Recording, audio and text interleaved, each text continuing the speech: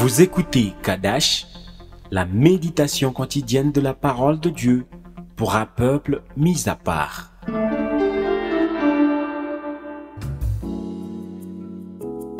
Shalom bien-aimé en Christ, aujourd'hui tu dois te poser la question. Réellement, qu'est-ce que je veux que Dieu fasse pour moi? Tu peux penser aux choses matérielles, palpables de ce monde, mais qui les refuserait? Nous en avons tous besoin pour vivre épanouis dans ce monde, n'est-ce pas? Lisons la parole de Dieu dans Marc chapitre 10, le verset 51. Jésus prenant la parole lui dit, « Que veux-tu que je te fasse? Rabouni, lui répondit l'aveugle, que je recouvre la vue. » Amen. Bien-aimé en Christ, Bartimée mendie au bord du chemin. Il aurait dû dire, « Maître, donne-moi beaucoup d'argent pour que je vive aisément, que je ne mendie plus au bord du chemin. » Et Jésus l'aurait fait selon sa foi. Mais cet homme avait la révélation juste de sa vie. Il a réalisé qu'avec la vue, il allait également gagner de l'argent. Il allait travailler et n'allait plus mendier parce que la vue lui permettra de découvrir des opportunités autour de lui. Bien-aimé en Christ, il y a des choses pour lesquelles tu as longtemps prié, mais que Dieu n'a pas encore exaucées.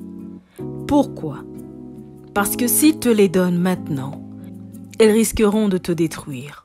S'il te les donne, l'orgueil pourrait prendre le dessus. S'il te les donne, toi-même tu sais, n'est-ce pas? Ce ne sera pas pour glorifier Dieu en vérité.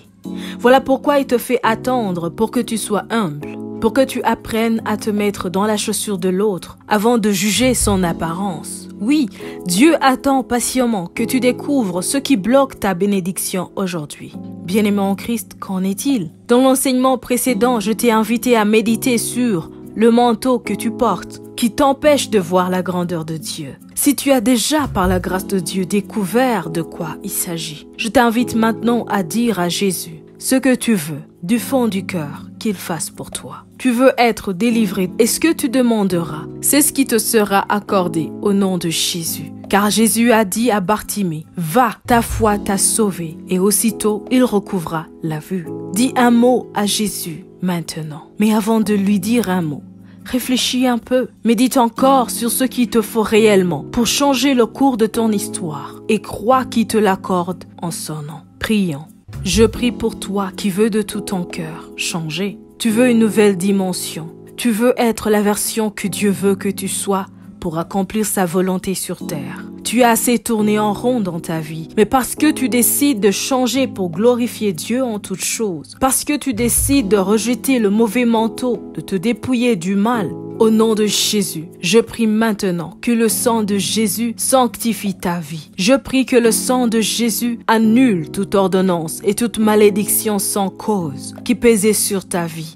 Je prie que le sang de Jésus parle en ta faveur devant le trône du Saint des Saints pour contrecarrer tout autre sang et sacrifice offert par tes ennemis, Satan et sorciers, contre ta vie et ton avenir au nom de Jésus-Christ. Je prie que ton ADN soit sanctifié, déconnecté de toute malédiction et condamnation de ta famille, du côté de ton père et du côté de ta mère. Je prie que toute malédiction qui pesait sur ton conjoint et sur tes enfants soit déracinée et brisée au nom de Jésus-Christ. Je prie pour un nouveau départ, peu importe les jours qui restent, pour que cette année prenne fin. Je prie pour un témoignage du salut dans ta vie avant que tu entres dans la nouvelle année. Au nom de Jésus-Christ. Amen. Sois richement béni.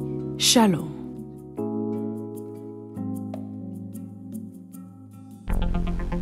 Vous écoutiez Kadash, présenté par Marie-Claire. À bientôt.